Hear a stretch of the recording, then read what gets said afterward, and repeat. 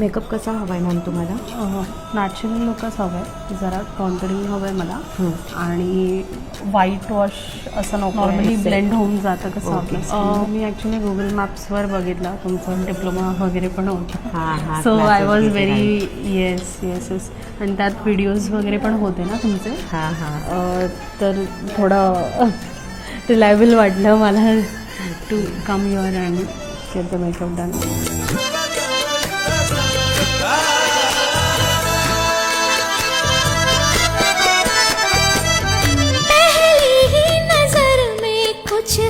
कुछ तुम हो जाते हैं यूं गुम नैनों से.